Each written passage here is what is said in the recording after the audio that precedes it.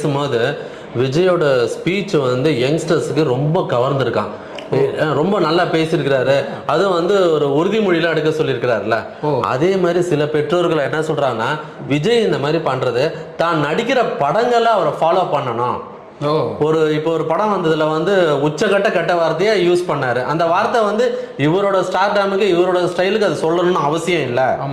அப்புறம் அதே மாதிரி இவர் வந்து இப்போ வரப்போற யங் டைரக்டர்ஸுக்கு இவர் பண்ணி இவர் வந்து ஒரு கிளாஸ் எடுக்கலாம்.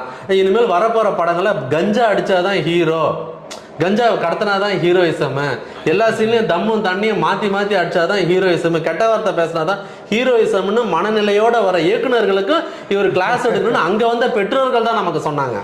அதாவது அந்த காலத்தில் பார்த்தீங்கன்னா எம்ஜிஆர் படத்தில் ஒரு படத்துலையும் கூட சிகரெட் பிடிக்கிறதோ இல்லை மது அருந்துறதோ ஒரு காட்சி கூட இருக்காது. அனுமதி கிடையாது. இல்லை அவர் அனுமதிக்க மாட்டார். அவரோட ஃபார்முலா